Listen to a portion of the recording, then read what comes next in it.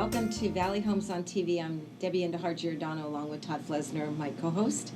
Hey, Deb. Hey, Todd, how are you? Doing terrific. Happy spring. Yeah, it's spring at last, and it's a great time of year here in Milpitas. It is. So, folks, if you've tuned in, you're watching us on Channel 26, and we air on Monday, Wednesday, and Friday at 6:30 p.m. and Saturday and Sunday at 9 a.m. So, folks can catch us 5 days a week. Yeah, tune in. We're glad folks are here with us, and I'd like to get a chance to introduce a guest. Someone you brought. Absolutely. A friend of yours. Yeah, a friend of mine. This is Ravinder Lal. Hello. Welcome, Ravinder. Thank you. We're glad to have you. And Ravinder's a small business owner. Good. And so we're going to get a chance to talk with him, learn a little bit more about what he does, how he serves the community. And so, Ravinder, welcome. Thank you. Thank you for having me.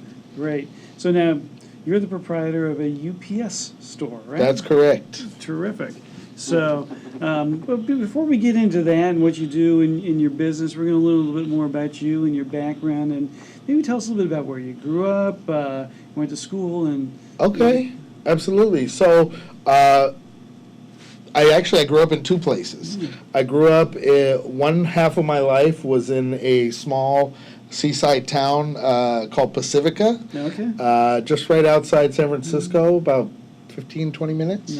And then the other half, I grew up in San Francisco in the Bayview district. So those of you that know that area, kind of a rough area, but here we are. All right. Well, good. So you're a lifelong Bay Area guy. Lifelong. Love it here. So if you have to, what do you like about living in the Bay Area? What keeps you here? My family, mostly. My grandparents immigrated here in the 50s, and we've all been business owners. And when I was here as a kid, I was one of the very few Indians here. You hear a name like Ravinder, and it was very odd. Now it's a lot more common. Exactly. But back then, you just didn't hear that name. And our family has grown from a core unit of about 5-10 people, and now we have hundreds. Wow. Here. So family, weather, of course, is beautiful, and the people. There's no place like it. Well, as I understand, I know a little bit about your background. Family's part of your business as well. Absolutely. Yeah, Absolutely. Tell us a little bit about that. What's the story about how you got into the UPS store business? Historically, my family was in the import business and also the liquor store business. And UPS store bought mailboxes, et cetera, about 13 years ago, 13, 14. And at the time, it was looking like a good opportunity to make some money. I remember when they told me that, hey, we're going to get in this mailbox business. I said, mailboxes? I said, does that make money? How do you make money doing mailboxes? And they said, no, it's a really good business. The hours are nice. It's very safe. It's not like running a liquor store in, San Francisco. Right. So. Okay. So did you get right into this business, or did you have some other career moves, other things prior to this? Oh, well, prior to this, I was actually in web design before that. We went to school, went to UC San Diego for a while. I had a grant to go there. Was there for computer science engineering, which is totally not my thing. I'm pretty good at anything I put my mind to, but to sit behind a desk all day just wasn't my thing, not at all. So I was kind of lost for a while and didn't know what I wanted to do. And my uncle and my cousin came to me one day and said, hey, we're getting ready to buy this UPS store. We know you're kind of in limbo right now, what you're doing. Would you be interested in managing the store and learning the business? And I said, absolutely. And when the time comes, we will help you get into the business and help you get your own location. Oh, terrific. So now you own a independent store locally, or tell us a little bit about that. So they're all franchises. Okay. I own one store right now. In about 2 weeks from now, I'll have my second location. And in a few months, I'll have my third location. The family owns, I think, about 35 of them around the Bay Area at this point. So we're very deeply into UPS store, various uncles and cousins and No. and whatnot. So from here, I'm the furthest south as far as Sacramento. Okay. Okay, so it's a franchise, or it's a, Mhm. and I think we were gonna ask the question, how do you differ from other stores or other locations? Well, we're definitely not all equal, and I unfortunately I wish that wasn't the case, but we take a lot of pride in what we do. We offer some different services than most of the other UPS stores do. For example, they all are starting to get into the printing business now. They're all, do copies and things like that. We're actually a full-blown print shop. So we do everything in-house. We do posters, banners, you name it. We're doing a lot of that. We're one of the top stores in the country for that, actually. Nice. Well, but I understand, you're more than just a printer, Ravinder. You're really a marketing expert yourself. I'd like to think so. I've seen a little bit of what you do, so I think so. Can you tell the people a little bit more about what you do in terms of helping people with their printing and their design and layout? Well, for me, it's not about saying, hey, come spend, $50 with me on your business cards, Todd. It's like, hey, let's sit down.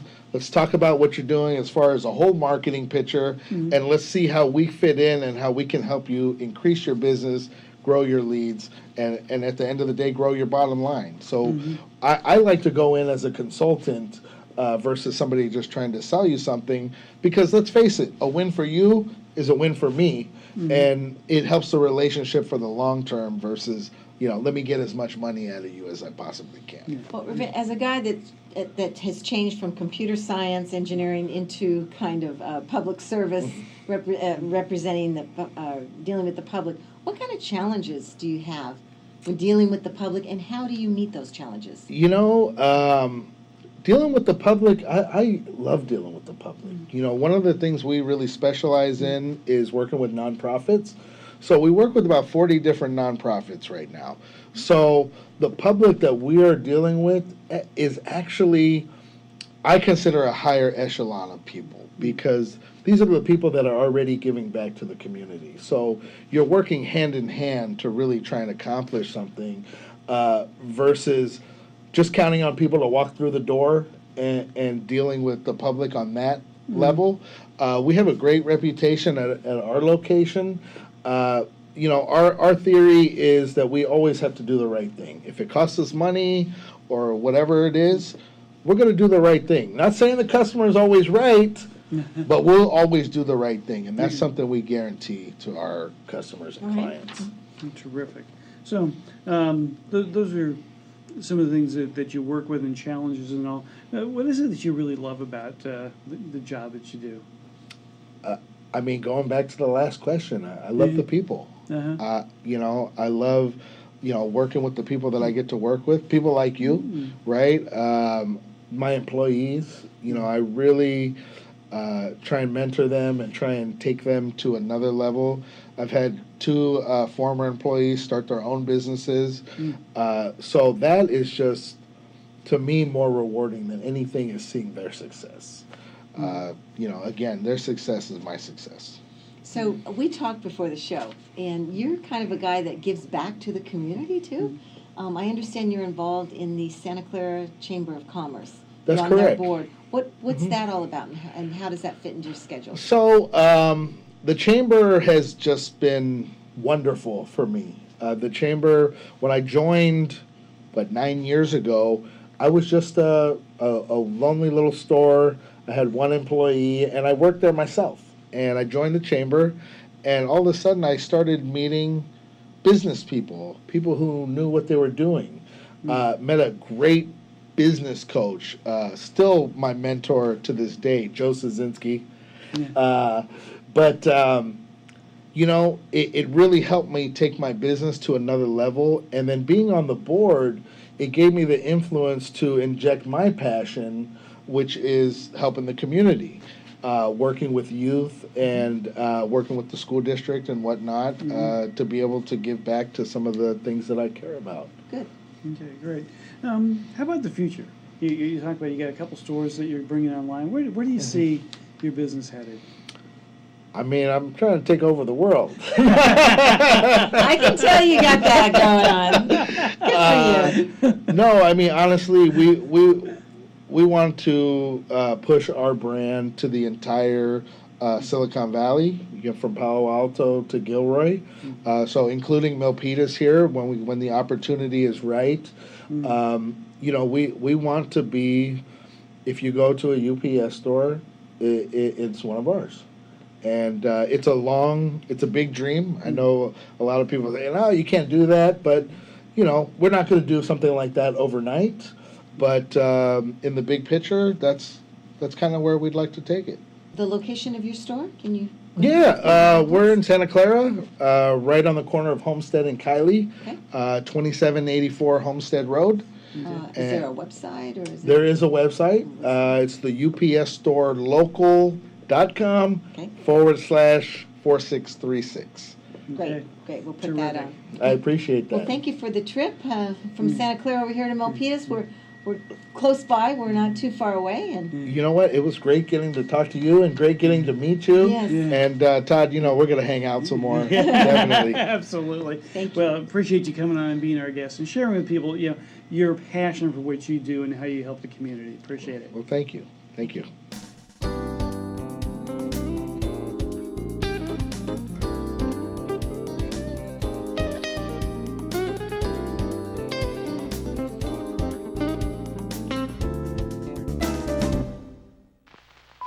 The following is a public service announcement test to determine if you need a fishing license and boat registration before you head out on the water.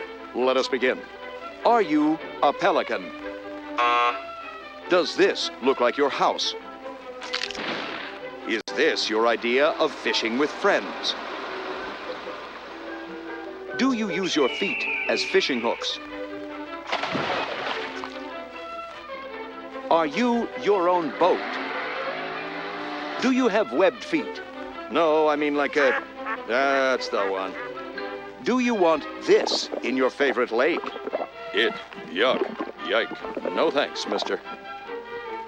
Regardless how you answered, you need to be licensed and registered because it helps local conservation efforts protect the very natural resources you enjoy boating and fishing in for generations to come.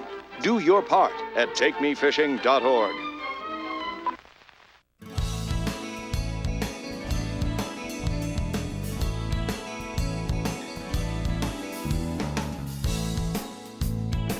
welcome back, everyone. You're watching Valley Homes on TV.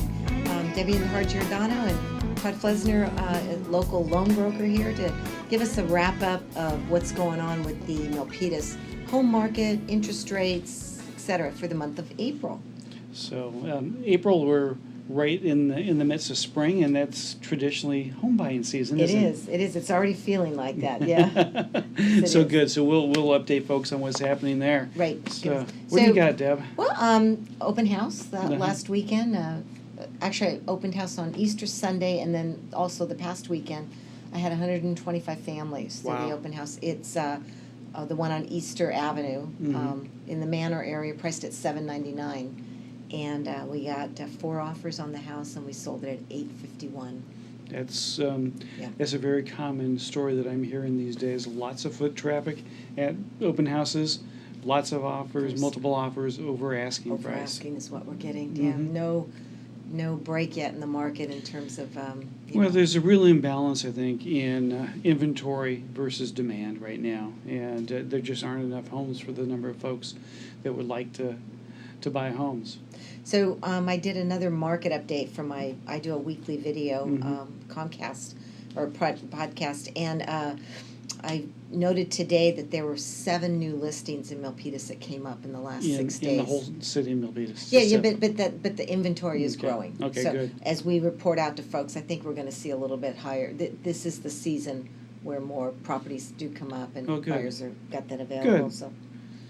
Yeah, So, we'll look forward to that. Well, I know you do a lot of pre-approvals I for do. buyers. We were talking about that, and we always urge, as a real estate broker, to have the buyers go in and get pre-approved first before they go out and shop to know what they can afford to buy. But how about a few hints that I picked up in the San Jose Mercury recently about buying your first home and how to get fiscally fit. Terrific. Number one, do those daily sprints. People who reach their fitness goals begin with a look at their current habits and then make a plan to replace those with better ones. Number two, crunch your debt. Take a look at your debts and consider the monthly payments you make. Are there any debts outstanding in the way of making a house payment?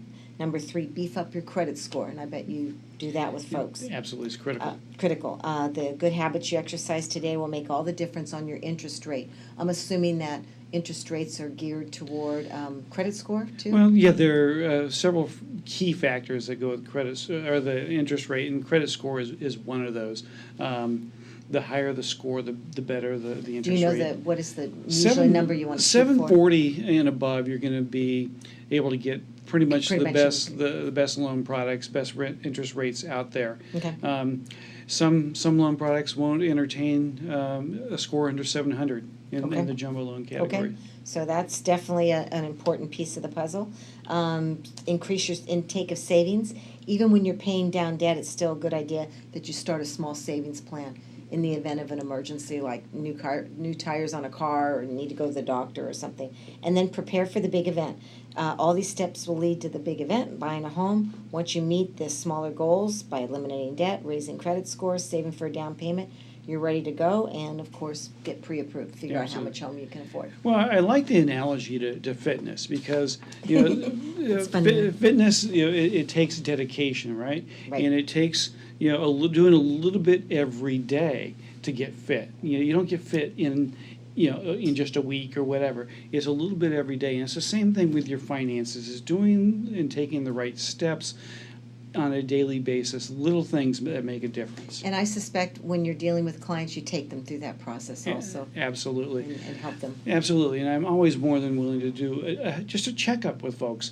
Where are you? What's your goal? And then can we help to put in place a workout routine for you in terms of your finances that will help you to achieve your objective? Great, great. Would you like So- to hear what's going on with Yeah. some MLS? Absolutely, I'd love Updates? to. Okay, March 2016, a year ago, we had a single-family home, average price of $905,000, median price of $856,000, and it's interesting, it hasn't changed, though from March of 2017, we're at $945,000 average price, and a median price was $915,000.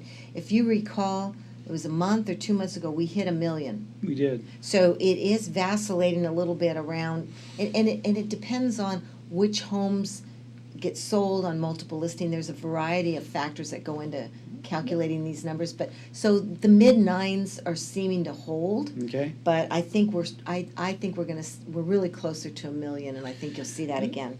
I would hazard a guess that that's probably correct. And I can tell you that the townhome, the condo market has really done well. Last year in March of 2016, we were at $631,000 for an average price, and that's bumped up now to $784,000, and $665 for a median price, and $815 for also a median price for last month.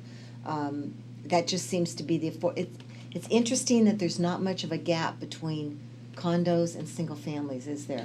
And I think, That's right. I still think maybe within the next 3 to 6 months, that gap's gonna widen again. Well, yeah, I think that there are a couple of different things. One of them is lifestyle choice for people too, right? You're right. You The know, younger generation, they really sometimes don't want a yard. They don't want that upkeep, or they want to be able to have that carefree Right. lifestyle. or maybe perhaps folks that have an occupation that takes them on the road, right, where they want the security of having a condo and not having to worry about some of the other things We that go with never it. thought in the past that the condos would have that much demand, but for that type of, that lifestyle would work around that. Right, but as I think as our environment around us has changed and job demands have changed, the housing needs for folks change as well, and so. But here in Milpitas, we have a good mix of both single-family do. homes and condos for folks to choose from. We do. They're good. Well, let's see, real quick, interest rates? Interest rates have remained in the mid to low fours, depending upon the loan amount and the loan product for 30-year fixed-rate loans. So interest rates remain at very, very low levels historically. Not quite at our all-time lows, but just above that. So that helps to keep the affordability quotient in check, even as we see some of the prices going up a little bit here Good. in real estate. And the future, what, possible another Fed increase? They're talking about perhaps another 2 or perhaps even 3 increases from the Fed this year. My guess is probably more like 2. We had a little bit of euphoria in the stock market coming out of the election, which really caused interest rates to go up. And this week we've seen another good little bump in the stock market. And so there's that interplay between, the stock market and interest rates, and that's kind of what I'm going to be watching going forward. As the Fed really looks at how the economy is doing and the strength of our economy, that's going to drive those interest rate increases coming up Well, later the this economy year. locally here is very strong, isn't it? It is, and Unbelievable. I think that the rest of the country is starting to come along as well. We always seem to lead the country in terms of economic recovery. All right. So. Well, Todd, I think we'll sign off for now, and see if folks need to contact you. Yeah, let's see. Email tflesner@opusadvisors.com is a great way to get a hold of me. And for yourself? For me, Giordano DJ at AOL.com. But we'll see you folks next month. Great. Thank you. Been great having everybody with us. Thank you.